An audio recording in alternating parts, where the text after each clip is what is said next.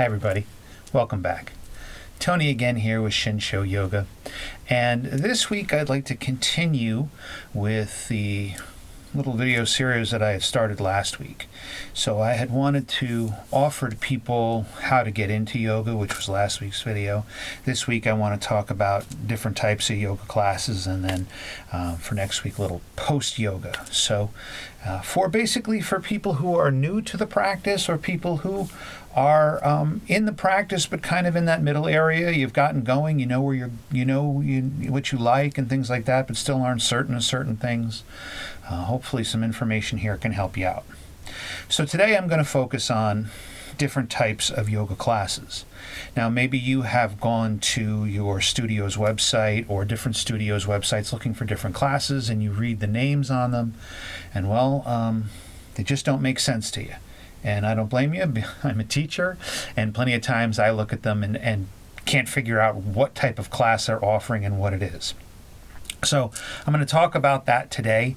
I'm not going to get overly into history of yoga and history of classes and things like that, because I've done some videos that will focus on things like that, but more just on when you see them and what they mean, so you know what you're getting involved with. So let's start with the most basic. A little bit of history, though. So there are many styles of yoga out there, right? And the main style that you see in the Western world today is known as Hatha yoga, right? Hatha yoga was the primary school of yoga in India in the 1600s, prior to the English colonizing India and subverting their culture. And then what you had in the late 1800s and the early 1900s was a man by the name of Krishnamacharya, who decided to bring back yoga into the Indian culture. And he brought back Hatha yoga. He found a text on Hatha. It was the only thing he found, and he put together what was called the vinyasa. The vinyasa, which just literally means flow, that's all it means, is the prominent type of yoga you will find. It's Hatha yoga, where it stems from, and then under Hatha there's all different styles, and it's basically kind of a generic subversion of a vinyasa. A vinyasa is a flow. You're going to flow from pose to pose in your class, right? You want to move smoothly. There should be transitions. You're moving with the breath. It is not so much as a stationary class, although there are points in the class where you're going to be holding postures for a period of time. But the overall theme of the class is to flow from one posture into the next, building up and coming down. The intensity of the class is really going to be up to the teacher. And in everything I'm going to talk about, no matter what style I talk about or the type of class it is, it's always going to come back to the teacher. Every teacher has their own interpretation. Every teacher is going to offer their version of it. So it may say one style one place and the same style at another, and it's completely different because it's the teacher offering their interpretation. So your general yoga that you're going to find, if it has a physical practice, is it has what's called asana, right? That's the physical practice of yoga. Generally, most studios are going to offer some type of a vinyasa, and that stems from Hatha yoga. Now, in vinyasas, you can have different, very distinct styles. One different distinct style is called Jivamukti. Right? And Jivamukti is something that came out in the 1970s. Sharon and, I think the other guy's name was David. I apologize if I'm getting that wrong. In the 1970s in New York City, that came up with this intense yoga flow, a vinyasa, that stems from Hatha, right, called Jivamukti, where it's usually very fast-paced, very intense. The classes I've gone to usually play very loud music in them too. So, again, depending on which teacher you go to, you're going to get different ways. But Jivamukti is a style of vinyasa, a style of Hatha, that is usually fast-paced and intense. Now, another style that you may see often, right, in certain places is called Ashtanga, right? The Ashtanga method, as it's referred to. And that is, again, coming down in the lineage of Hatha yoga, right? But it is a very specific type of hatha yoga, and it's a vinyasa, right? Very specific in that in Ashtanga, they have a series they do, right? It's a certain number of postures. They do a certain way, and they do it on a certain, flow, right? And it's that way every time, right? I don't know. I don't study Ashtanga, so I can't tell you how many series there are. I didn't research enough for this. I apologize. But there is like series 1, series 2, series 3, and you usually work on them. You'll go into a class and they'll work on the first series for a while, and then you build to the next series, right? But it's generally the same series over and over and over, right? And they do it a certain way. Where what I teach, just a general hatha vinyasa, is going to be what I feel we want to work on for that week. And that's probably the most of what you're going to see for a teacher. A teacher is going to choose what they want to work on for that week, whether they're going to have what sometimes I like to refer to as a movement-based flow, where we're usually do a lot of movement. It's a lot of moving one to the next. It's a fast pace. We go from one to the next to the next. Sometimes you work on what we're referred to as peak poses, right? Where that you're going to choose something, say maybe like a headstand or handstand, or maybe you're focusing on a core for that. Well, not core, let me rephrase that. If you're focusing to a certain pose and you work towards that pose, right? Meaning like headstand, handstand, or whatever it is, maybe pigeon for that week.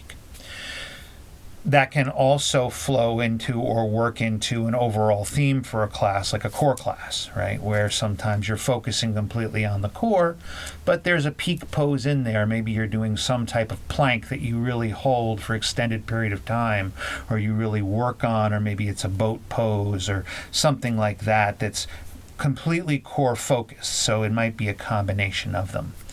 The intensity of the class can vary depending on the teacher. Sometimes you have classes that are just an overall class, right? That it's going to be just working on the whole entire body. It really what the teacher is choosing for that week. And that's the majority probably of classes that you're going to find. This is why I talk about it being teacher specific, because each teacher has their own interpretation of it and what they feel and they want to offer, and you have to find the teacher that's right for you. Again, some classes are going to be this very specific method like Jivamukti or Ashtanga, right? Other ones are going to be a general hatha vinyasa, right, that you are going to work on. Right? There are other styles too, very popular styles called Iyengar yoga. Iyengar yoga is focused on alignment. So you really, although this again is based from Hatha, right, and comes from Krishnamacharya, because BKS Iyengar was a student of Krishnamacharya, right? His teaching is completely focused on alignment. I've done Iyengar classes. In my opinion, you need to be well limbered before doing an Iyengar class, because an Iyengar class and the ones I have done, there is no warm-up in it.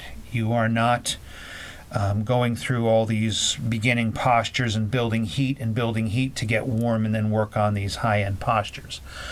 The Iyengar classes I had, and I would go to just the level 1 because I was new at it, they'd have you hanging upside down in Baddha Konasana on a rope wall in the first 5 minutes of class, which if your muscles aren't open can be unbelievably intense. And I don't necessarily agree with that. If you don't have the openness in the body, you need to build the heat first. So again, you have specific methods like Ashtanga, Jivamukti, Iyengar, right? And then you have your general overall practices that, again, most teachers are going to be just a general vinyasa flow. It all comes from Hatha, and it all depends on how the teacher wants to offer it. So the majority of the ones I've been talking about here are vinyasa-based, like I said, the Jivamukti, the Ashtanga, that are all these flows. But there are other styles of Hatha that are not so much a flow. And those are you're going to fall into your gentle, your restorative, and your yin yoga classes. All three can be very, very different. They are not interchangeable, right? Especially yin yoga, if it's done properly. A gentle class is generally just that. A teacher is going to offer some light postures, a little light movement, and that's about it. My opinion, gentle classes are generally good for someone who has maybe been injured and coming back into yoga.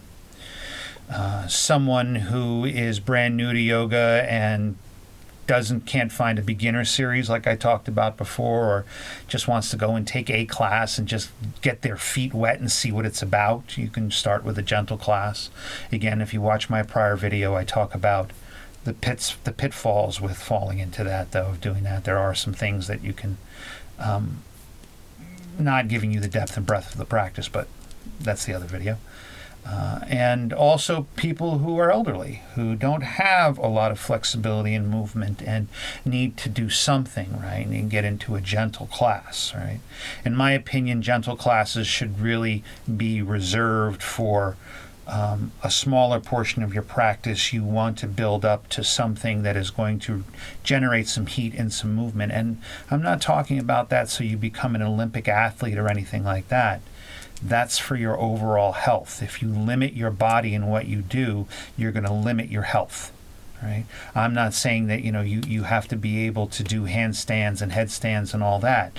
There are all modifications for that. But again, the gentle classes are just that. They're going to only offer you so much, so you'll only get so much. The reason I say that in that video and again in this video is that sometimes people will go to it and then they just stay there.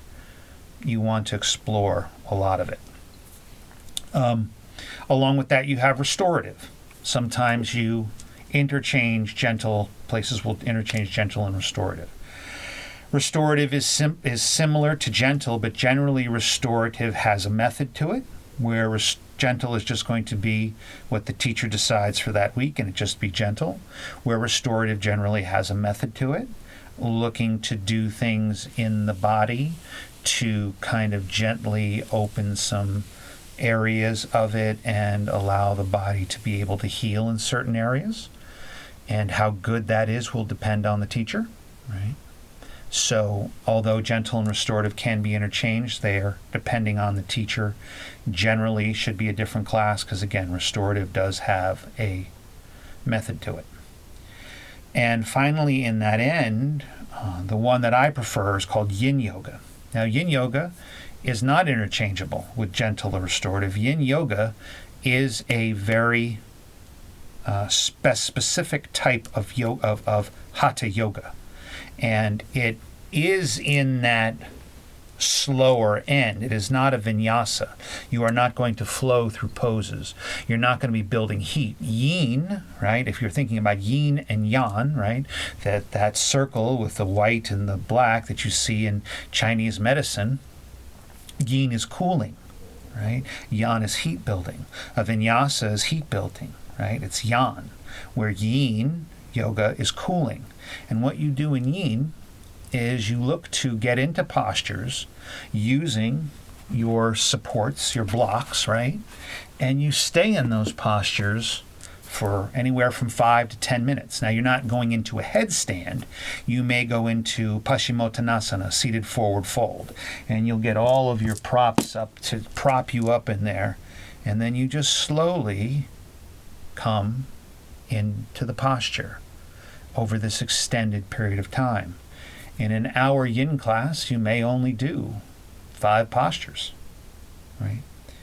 And it gets into the deeper tissues of your muscles than you would in a vinyasa. A vinyasa is really going to get into the bellies of the muscles where the yin flow, right, is going to get into more of the connective tissues, right? I highly recommend yin classes. I used to take one all the time at the studio I trained at. My friend was a teacher there, and she taught yin, and she was an excellent yin teacher. and I really loved her class. I don't study at that studio anymore since she's not there anymore either, so I haven't been able to take her class in a while, but I highly recommend yin as a counter to your yan practice of vinyasa. If you're doing a vinyasa, find a good yin teacher, right? And take that class too. If you did 2 classes a week, 1 vinyasa, 1 yin, that would be phenomenal. That's what I used to do. But there is a method in how they do it. Generally, yin will follow the chakras, right, in what they do. So it's not random. More gentle can be just basically teacher choice. Restorative does have a method. Yin is kind of more of a science, right, to it, a yogic science. But again, it's going to come down to the teacher. The teacher that I would go to, my friend, she was wonderful. I loved her class. There was another teacher that I went to one time who taught there also, who taught yin, and I didn't care for the class.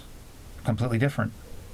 Same method, just different teacher. So, again, it's always going to come back to the teacher. So you have your different styles of asana class. Most of it in the West here is going to be based off hatha. If it contains movement, right, it's generally some type of vinyasa, right? Whether it's a specific method like Jivamukti, or very strict like Ashtanga, or more of your general overall vinyasa that your teacher is going to create. That's how I do it. Or you have more of your cooling practices like a gentle or a restorative or a yin, where you're not really going to be going through a flow, right? But they all have their different intensities, right? Like in yin, you're not going to build any heat, but you're going to kind of walk like a noodle when you're done. Gentle, in my opinion, again, most gentle classes I've been to, and if there's a gentle teacher watching, I'm not trying to knock the practice. I just want people to understand that it is what the name is. It's gentle. It's what it's going to do, and generally is going to be a gentle amount. So if you need deep healing, you're going to have to look in other areas also. So overall, if it's any type of movement-based class, it's generally going to be some form of a hatha vinyasa.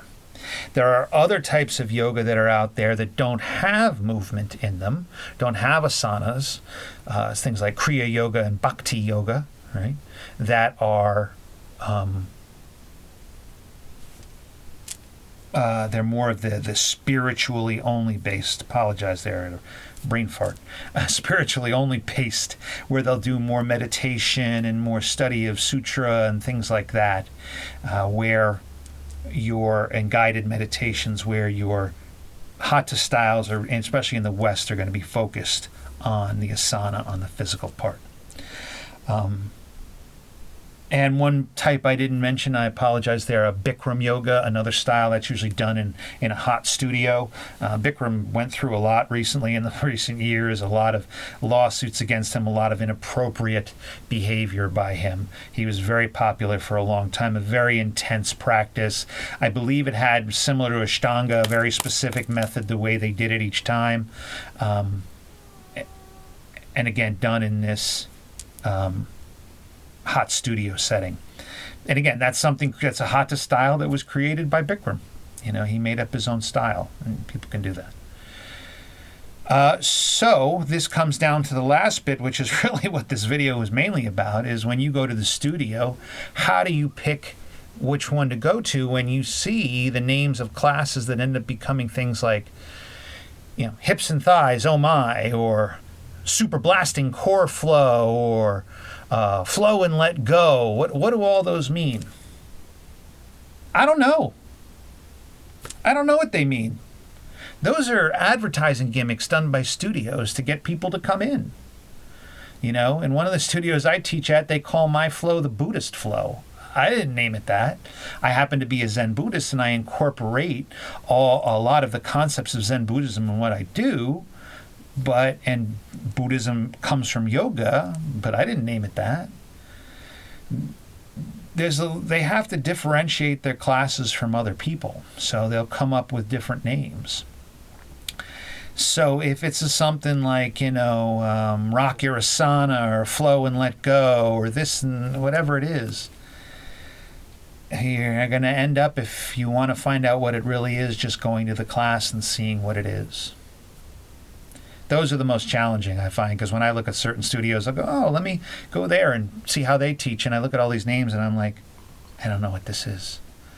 But there are certain names that you can go by. Again, Jivamukti is a specific style. Ashtanga is a specific style. If you see Vinyasa, again, that's a general, Hatha style of flow. Yin is, again, a very specific way of doing this cooling flow. And of course, things like Bikram, right? Very specific style of a vinyasa.